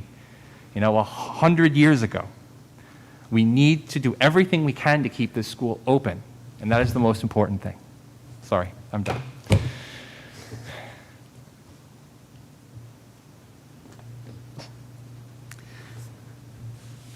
That's a tough act to follow, Chris. Sorry, I've thought about this for like 2 weeks. This is really all I've been thinking about. I have lost a lot of sleep. Coming from a teacher who has to social distance his classroom, so Yes. you have every right to be as passionate as you are. Well, it's just a big issue. I mean, I don't want these students to think that like we don't care. Like, I do care. I care about your social emotional needs very much, but I care about your physical safety more. 33,000 people in our state have died from this. This is real. In a large way, one of the later speakers, she said, risk is part of the game, and we accept the risk. But risk of death has never been part of the game. And the problem with accepting risk today is that risk comes with the very real chance that someone is going to die. One of these students is going to die. And I certainly don't want it on my watch. I don't want any student to be in that situation. There was a time, Jody, I don't remember how far back it was. I certainly wasn't on the board, but we changed the walking distance in the school. That was, 7 or 8 years ago, maybe. And one of my comments was because I was concerned we don't have sidewalks in the community, and I was seeing in those days large snowbanks, well, larger than they are now, not as large as in my childhood, but we won't discuss that. And the kids would be walking, the students would be walking in the lane, in the traffic lane of the street to get to their bus stop. And my comment was, there's going to be, the first child that dies is going to put an end to this. I don't want a child to die, but I was really concerned. My concern for that is infinitesimal compared to my concern now. And bottom line is, no one ever died by not playing soccer. But now with COVID, you could. But the other thing too, it's just not all data driven. I think that's where a lot of the adults or students are getting hung up, is the risk is low, but you don't know, even if it's let's say less than 1%, you don't know who that less than 1% is. And even if they're out playing travel, that's their choice. I mean, we would probably prefer they not play travel sports and come to school to protect the safety of our students, but we can't stop that. But as a board, we have to protect, even if it's less than 1%, I don't think that we can say that it's okay. And it's a hard decision, and it's in our purview or your purview to decide if that's okay for your school. So I did, one thing I didn't mention in the presentation is I did have a lengthy discussion with our school physician about the whole wearing of masks in playing sports. I was concerned not just about is it really safe, but also is it really safe to try and, in field hockey, wear a mouth guard, wear a mask in running up and down a field. I thought it would be a hardship for breathing. And he told me he really didn't have concerns about that. You adjust, you kind of get used to it. But that although a mask, wearing it in a sport certainly provides something, that you also have to consider when you're running up and down fields. I think about soccer, field hockey, you're running into people, you're inhaling greater, you're exhaling greater, that even with a mask, your potential to inhale greater particles or exhale greater particles is a real concern. So there's just not enough evidence right now, because all of this is just evolving, to say, does that really add much protection when you are breathing that hard in particular sports and you're coming into direct physical contact? He's like, it's better than nothing, but he can't say that it would provide a whole lot of safety. And that makes sense to me. I wanted to touch base on something you just said, though, about the data, because as someone who, since February, as a public health official, has spent 20 hours a day dealing with COVID, and I've sat in a room contact tracing for 24-hour shifts at a time, there absolutely were clusters of COVID throughout the summer directly linked to travel leagues and recreational sports. And it might not have been here, and it might not have been these students, but to say that it went on all summer and it wasn't a problem is completely not accurate in other parts of the state. And we have students in this building not receiving in-person education because they're under quarantine for sports-related exposure. So I struggle with how many times throughout the emails I read that this has been going on all summer without an issue. So I felt like I needed to correct that out loud. And in speaking with the Department of Health's Joanne Menrath, basically said the same, that to say that there are no incidents related to youth sports is not accurate, that they are dealing with incidences of exposure and quarantining as a result of sports.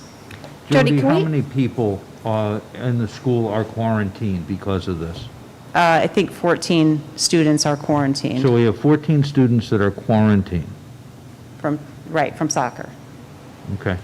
Can we talk about practice? I know that I asked it at the last meeting. I wanted to follow up about whether or not there was a way to potentially move to a fall 2 season, but to allow student athletes to condition and practice in some socially distant way now. I know that they want to play, and they want to play against other suburban council, but there has to be a benefit to being able to practice and utilize our coaches who have a lot of talent to share. Is there a way, have we thought about how we could do that? Right. So if we go with the fall, if we have the fall 2 model that would be for football, volleyball, soccer, field hockey, I don't believe they could practice. But what we have talked about with the principals and with the athletic director is, once we get schools open, once we see how things are going, can we find ways to provide opportunities for students to be here for an intramural kind of experience, or for club activities where it's in a safe environment. So that's something that we do want to hopefully be able to add into our reopening, but to do it right away, I think would be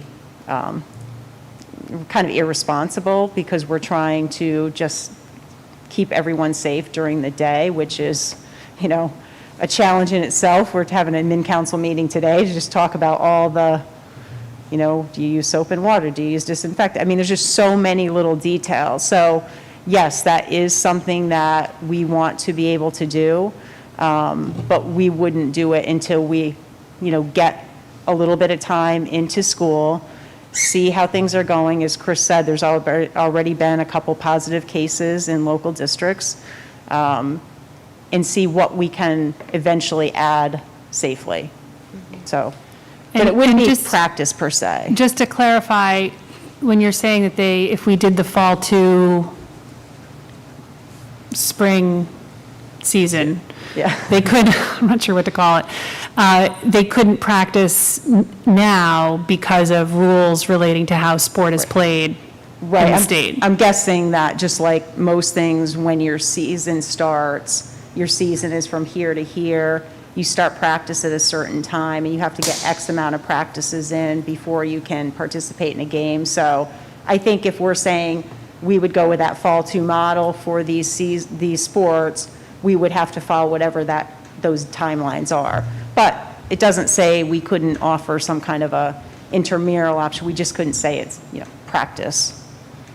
Okay, can I, just to follow up, Ms. Berman's at the end talked about some guidance that says that you could try to start in the fall, have to stop, and then still have a fall 2 season. And I'm wondering if you know what guidance she was referencing. I talked to our athletic director about that, and I believe that that would require some kind of a waiver from the state association.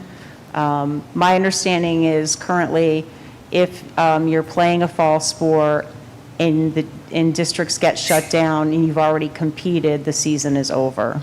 I think that that's been brought up to the state association, but I'm not aware of any kind of concession on that at this time. Not saying it can't happen. And I'm sorry, now I just keep going.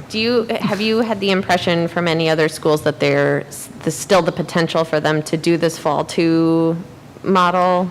Any of them, any of the schools that are within these, or any other sections, quite honestly, until they actually compete, could make a change. Okay. Once they start competitions, I don't believe they could then say because they've already now competed. Okay, thanks. I believe. I have a question about numbers. Do we have any guidance from Albany County Department of Health on what triggers a building shutdown? We've had some of those questions. There's really no specific number per se. I think a lot of it depends on how many people potentially are impacted. Okay. And also if you can really contact trace. Right, because right now there's 3,000 cases almost in Albany County of positive cases. I have no idea where those are. Are they in Bethlehem? Are they in Colony? Are they in Watervliet? Are they in other parts of the county? Very hard to make decisions about safety when there's no real guidance at your fingertips. And again, we have over 1,600 kids in this building every other day. And I don't know, I'm not comfortable putting them at risk. It's just not a comfortable thing. This is not an easy decision. There are no winners here. We have incredible athletes. The students were amazing. And it's a very brave thing to come up here and be passionate about your sport. But I just still am not comfortable with the knowledge that I have of other schools shutting down very quickly or going to all remote learning in just the first couple of days of school, and we have worked so hard to keep this building open, to keep these buildings open. We have 87% of our student body and the parents in our community that want our kids to have school. And that's an awful lot of trust being placed in us, and this is not any kind of easy reconsideration. It wasn't a board decision to begin with, as Chris stated, but we're definitely invested in this argument and in this conversation, and that's why we're having this discussion right now, because, you know, of course we want kids to play, but I just don't know if it's possible to safely do that. Can you just speak a little bit more to why it makes more sense to do a fall 2 season as opposed to, hypothetically, if everything is going well, do a delayed start of the season in the fall? So with a delayed start, in consulting with a school physician on time frame, let's say we started, instead of the 21st, we waited a couple more weeks, or at least where we're in school a little bit longer. Looking at, I think I looked at a date, verified with him, I think it's, what's the Friday, October 2nd or something like that, where we would have been in school a solid 2 weeks. And then there's a requirement for, I believe, 12 practices.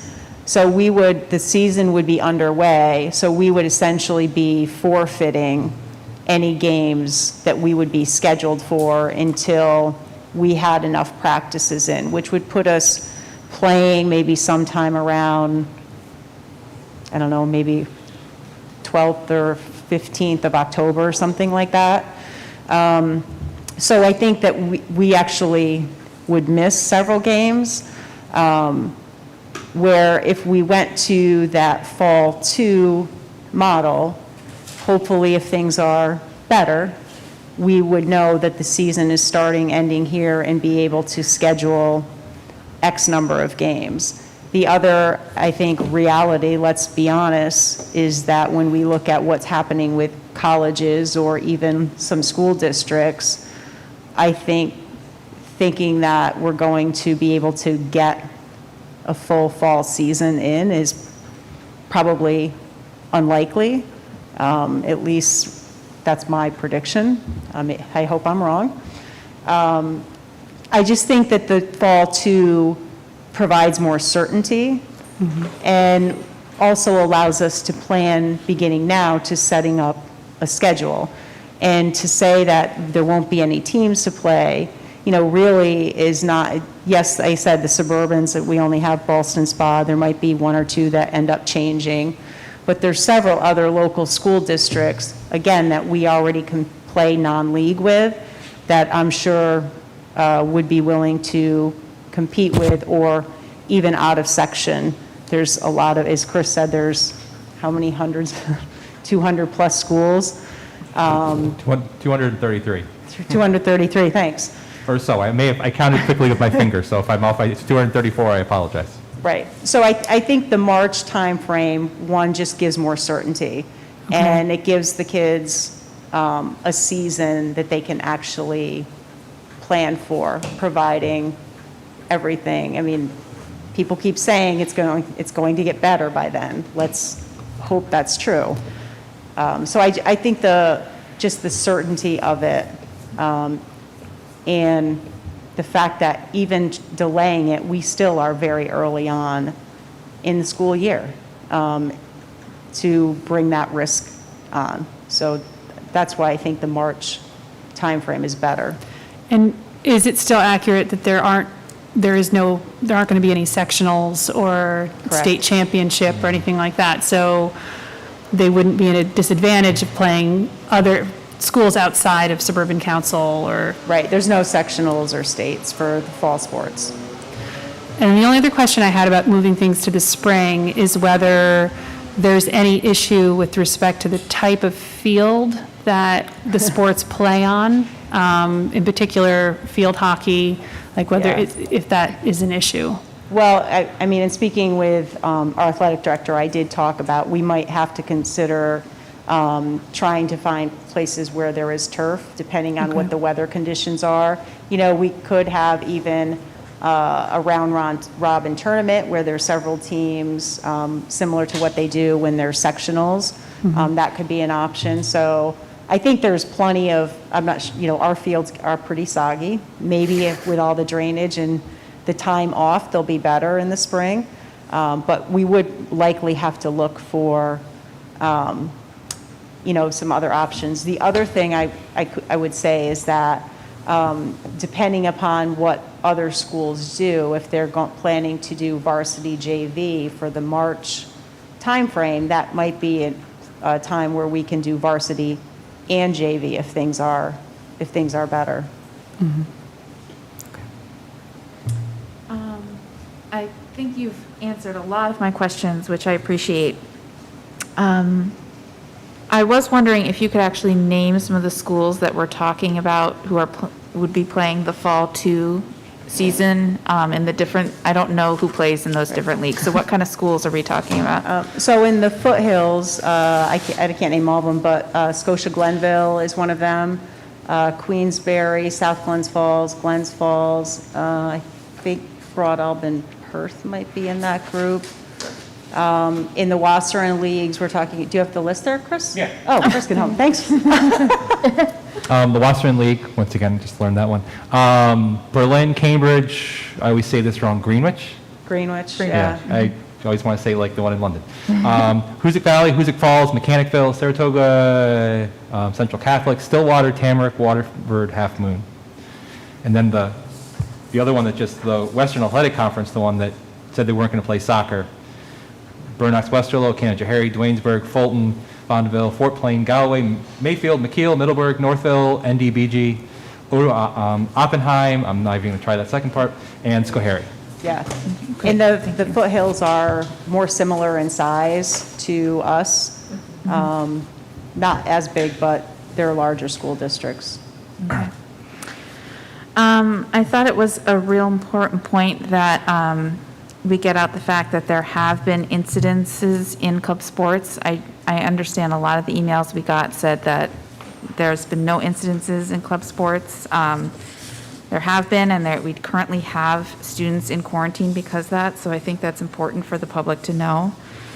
There's also been incidences of people in our athletic community not being cooperative with the Department of Health, and instances where departments of health have not spoken to one another. I was reading an article on the situation in Mahonison, and what it seemed to have happened there was an administrator lived in one county and reported his results to that county. That county did not speak to the county in which the school was in.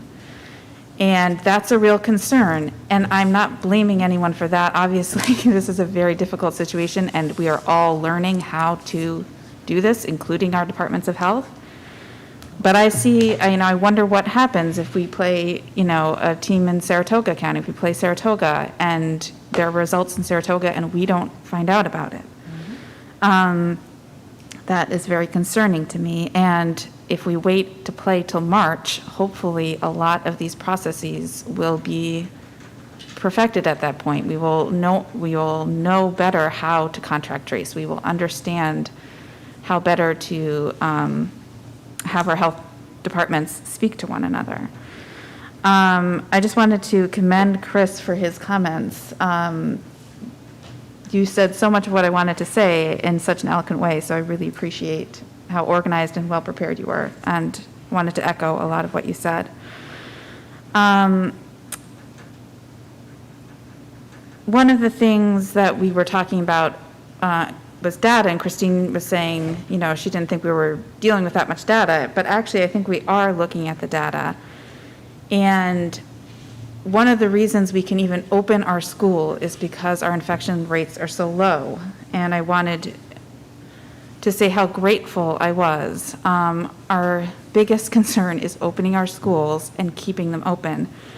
Jody was talking earlier about the amount of work that went into an elementary school dismissal I have witnessed that, I've been part of that the past 2 days, and we need every adult available to help that process. It involves walkie-talkies and, Google Maps and arrows and everything like that, and everyone has been so grateful within that process. I know it's been difficult, you're stuck in traffic, but I haven't seen one person beeping on a horn or getting upset because their kid wasn't right where they were supposed to be, because we all understand how much work has gone into this, and I'm so grateful to everyone who's put together those plans. But it takes a tremendous amount of work, a tremendous amount of resources, and I don't want to jeopardize any of that at this very critical point. We have been open for 2 days. I know every parent in our community has been grateful for the opportunity for their children to go to school. Even our parents who are in the virtual community have said how wonderful that has been for them, but they are also so happy that our schools can be open for our community. I wanted to, first of all, thank and acknowledge the students who spoke here. I know it was difficult, and what I saw tonight was real leadership, and I think they demonstrated leadership that they learned on the athletic field. I think everything they said was absolutely true about the lessons that we learn as athletes, and we saw that tonight. I'm proud of them for standing up for their teams. I'm proud of them for standing up to the board. I truly am. But I want to talk about the other leadership that we are seeing here tonight, which was Jody's decision. We heard from so many parents, so many emails, that other schools are doing this, that we should follow along. And I think that we should be leaders. If another school makes a decision that we do not agree with, that would not work for our community, that we do not feel reflects our values, we're not going to follow. And I think that we saw Jody exhibit leadership here by saying that she did not want to jeopardize our opening in order to have athletics in the fall. I have a lot of hope that we can have the fall 2 season. And I think the leadership that we're seeing here is making a difficult decision and also thinking of the entire team. In this situation, the entire team is our entire community. Not just our students, but when we think about community spread, we heard so many people say, well, athletes aren't at risk, they're not going to get sick. Well, we have to think of the community spread with our entire community, who is at risk. And I feel like Bethlehem right now is a team, and we need to look out for everyone. And I just wanted to say to Jody that I appreciate your leadership in making this decision. It was very difficult. It's going to be heartbreaking for so many people, but I hope that they can have hope about this March 2 season. I hope everybody continues to wear their masks, continues to wash their hands, continues to fill out the COVID screening form properly and honestly. And if those things happen, hopefully we can stay a healthy community and have sports in the fall 2 section. That's all I have to say. Thanks, Meredith. Oh, I just Go wanted to ahead, address, Christine. I wasn't saying we didn't look at data. I just wanted to clarify. Okay. It was that the decision to not have moderate risk sports, it wasn't just based on data. That we took a lot of other factors into consideration, or Jody did, in regards to, thinking of every student and the community as you just presented. So it just wasn't, a lot of the emails talked about the data and being very low risk, and it just wasn't about, like, if somebody came and got COVID. It was a lot more than that. It was about the school shutting down and not being able to provide to all the students, so.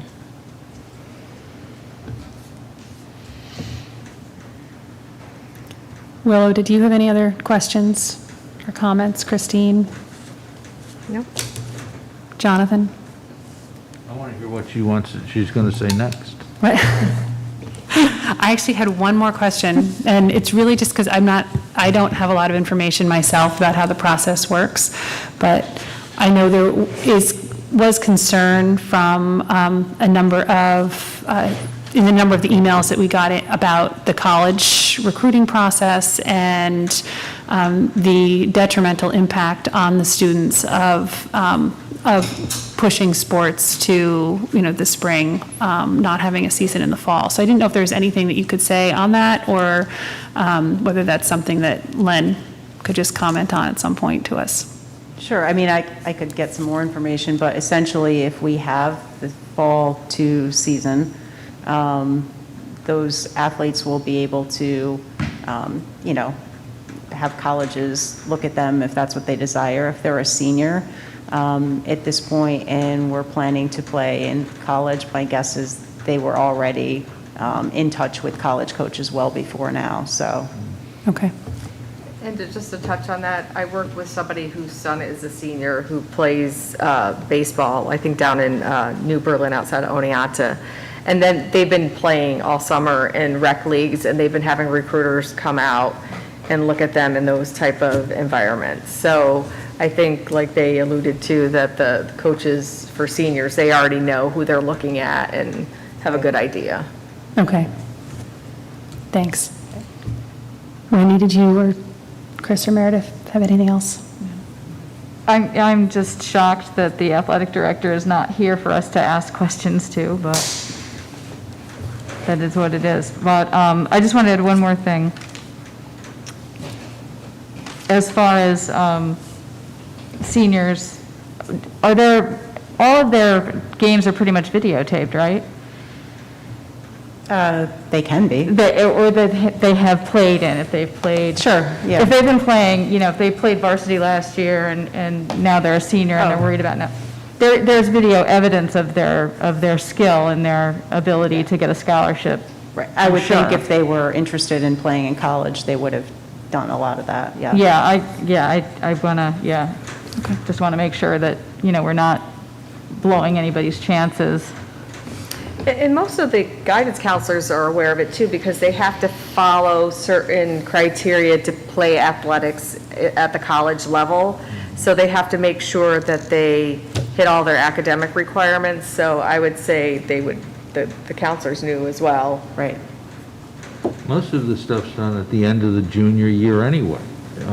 Or before. I mean, it was, I know it was for Ben. By the end of his junior year, he had basically 3 options as far as, where he could go and get a decent part of a ride. Right. So, maybe running is different than all other sports, I don't know, but, I think it may, in some sense, it may hurt this year's juniors, but if we have the spring, it won't. If we don't have the spring, they will still have summer and fall next year, hopefully. So, I don't see the harm in maintaining the decision that we've done, because I think it's the safest decision for not only the athletes, even though they'll disagree with that, but also for keeping the school open and for the community. A lot of colleges are shutting down. I mean, I know my son's at Lemoyne, they're not playing. My daughter was online at Oneonta, but they shut down altogether. Cortland shut down their sports for 2 weeks because some athletes and Greeks got some COVID and they had to shut down sports. So it's quite common that sports brings COVID to their campuses. Mm-hmm. So I don't know how we could say that we aren't doing the right thing in the long run. Anything else? Okay. I do want to wrap up this evening by commenting really about how disappointed I've been in regard to the responses to this decision to not hold moderate risk sports. I completely understand the disappointment, the calls to reconsider this decision, and perhaps not understanding all the reasons why this decision was made. What I've had trouble understanding is the number of emails that members of the Board of Education and I have received making claims of hidden agendas, threats about what could or would happen if we didn't have soccer and field hockey, and emails that had accused me of not caring about the health and well-being of students. Many that I have received expressed a level of anger that took me by surprise, and they were not only untrue, but unkind. Many of these emails were the worst I've received in my 26 years in education, as a teacher, a principal, or a district administrator. In fact, I was so surprised when I received several emails from parents and staff members that were supportive of the district's decision and asked me not to share their names for fear of retaliation. My goal is to first and foremost ensure a safe school environment for all students and staff every day, but especially in the midst of a global pandemic. I know the value of athletics and other student activities. I was a student athlete and coach for several years. My field hockey coach was one of the most influential people in my life and inspired me to become an educator. So this decision was not made lightly. Our goal and my goal is to mitigate risk as much as possible, because let's be honest, just opening our schools carries risk. But where we can limit the risk, we should. Where and when we can open up more opportunities for our students, we will. I cannot control what people do outside of school, but we have an obligation to do as much as we can to control what happens in our schools. And that is why I made the decision I did. I do not want to see our schools closed and our halls empty again. A return to closure would be the worst case scenario for our school community. As we move forward, there will be difficult decisions that will need to be made. I was so impressed with how our school community came together in support of our reopening plans to ensure a safe return to school. As we move forward, it is my hope that as we deal with these issues, our school community will reject divisiveness and work together to ensure our schools remain open so that we are able to provide all of our students with the best educational experience. Thanks. Jody, I, for one, fully support what you've done, why you've done it, and how you've done it. And I think it's one of the, yes, it is courageous, but it's also the smart thing, the wise thing, and I'm honored to be working with you because this could not have been done better. Thank you.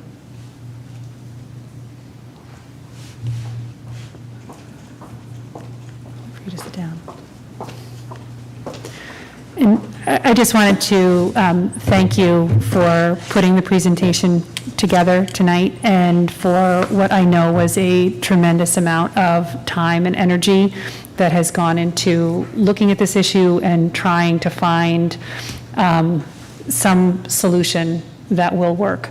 I don't think, I think all of us know how much effort you have put into it. And know how important our students' health and well-being and safety is to you. And I think this public discussion really was important and really valuable, not just for us, but for everyone that's interested in the subject. I think it was really important that we do this tonight.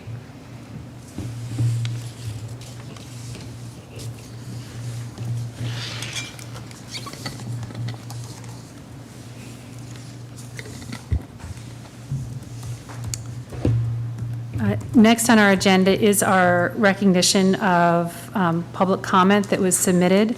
And I did just want to say that, you know, I'm sure that we all wish that we were in a position where we could have everybody who wanted to comment here in person with us.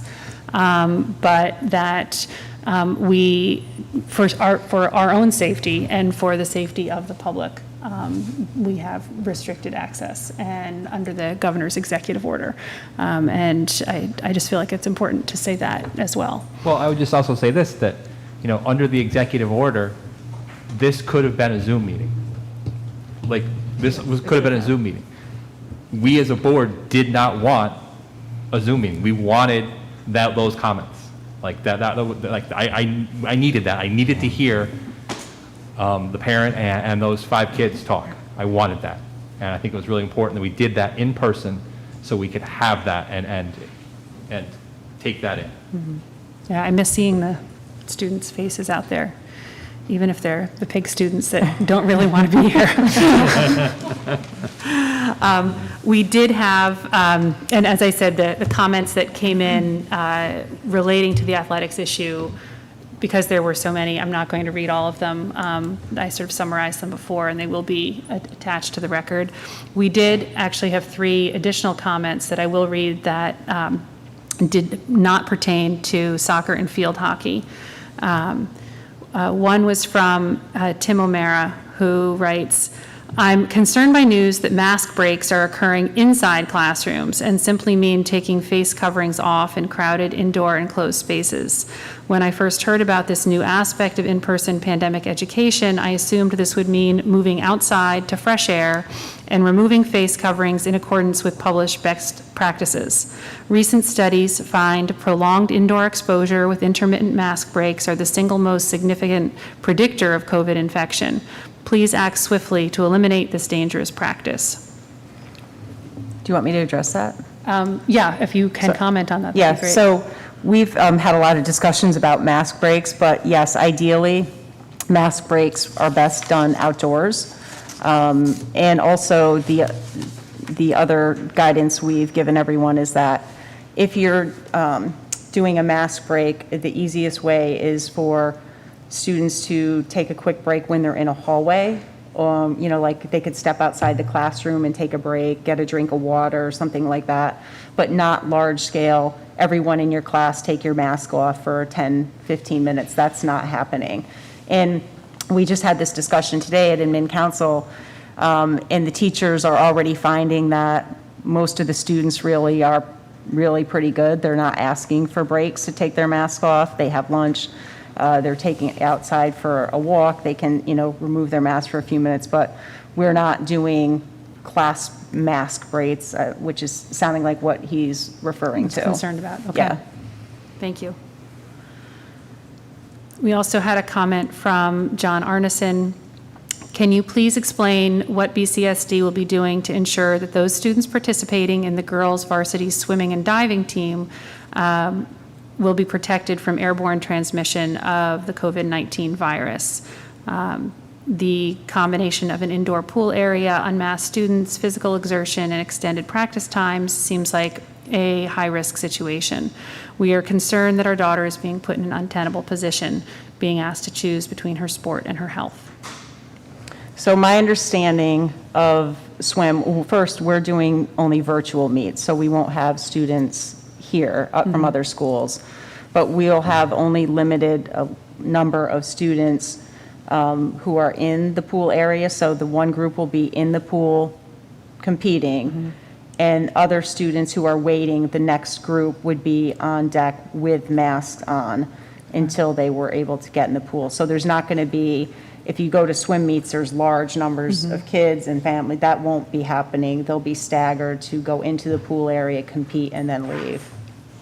And will we be limiting spectators? No spectators also, for right? swimming. Okay. I did have a question about that, about locker rooms with swimming. I understand swimming is the only sport I see that you would really need to use locker rooms. Right. What are we doing about that? So we'd have to use the locker room. We talked about, again, staggering the number of kids in there, marking off like where they can be socially distant. We also talked about when there's meets, having a chaperone in there to tell kids when to go out into the, so it would be much more organized. I think you would have to have someone coordinating all of that. Exactly. And then we had one last comment from Ye Chen, who writes, I am writing to hope in today's meeting you will discuss the school or parental control and internet filtering on Chromebooks for students. We know technology helps a lot for work and study and social activities, especially during the pandemic time, but young students need help on how to use the technology to benefit their schoolwork. Some students cannot help themselves, spending too much time on the internet, videos, games, social platforms, etc. And some of these things are not good. So we must take action on this. For example, We do not like when students are taking classes or doing assignments or projects using Chromebooks and random notifications or pop-up messages and advertisements show up to distract our students. Students spend too much time on games, videos, and other useless things. When students watch school videos or lectures via YouTube, some other irrelevant videos are pushed to our students. For example, and it looks like there's an attachment, videos in a picture attached to this email while watching the school videos or after watching the school videos. And many other things not listed here. I believe other families will have a long list. I know some schools and teachers are using YouTube and other free resources on teaching. It is convenient, but please consider the harm to our students with these things coming together. For YouTube, I do not know if it works out or not. Maybe we could have a private channel for BCSD. Our students could access that channel only through the school Chromebooks, and all of the other things in YouTube and the many other websites we don't use in school education could be blocked out. Thank you for your attention.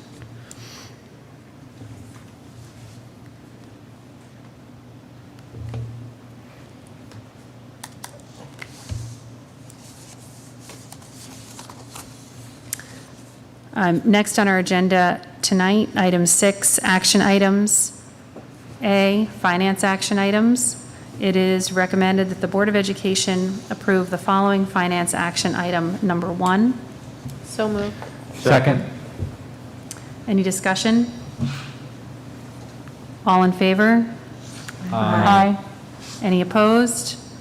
Any abstentions? B, professional personnel action items. It is recommended that the Board of Education approve the following professional personnel action items 1 through 14. So moved. Second. Any discussion? All in favor? Aye. Aye. Any opposed? Any abstentions? That passes. C, support personnel action items. It is recommended that the Board of Education approve the following support staff action items 1 through 10. So moved. Second. Any discussion? All in favor? Aye. Any opposed? Any abstentions? That passes. D, other action items. It is recommended that the Board of Education approve the following action item number 1. So moved. Second. Any discussion? All in favor? Aye. Any opposed? Any abstentions? That carries. Item 7, future meetings and events. On Thursday, September 24th at 5:30 p.m., there's a Facilities Committee meeting. Wednesday, September 30th at 6 p.m. is our board retreat. Monday, October 5th at 5:30 p.m. is an audit committee meeting. And then Wednesday, October 7th is our next board meeting at 7 o'clock, anticipating an executive session at 6.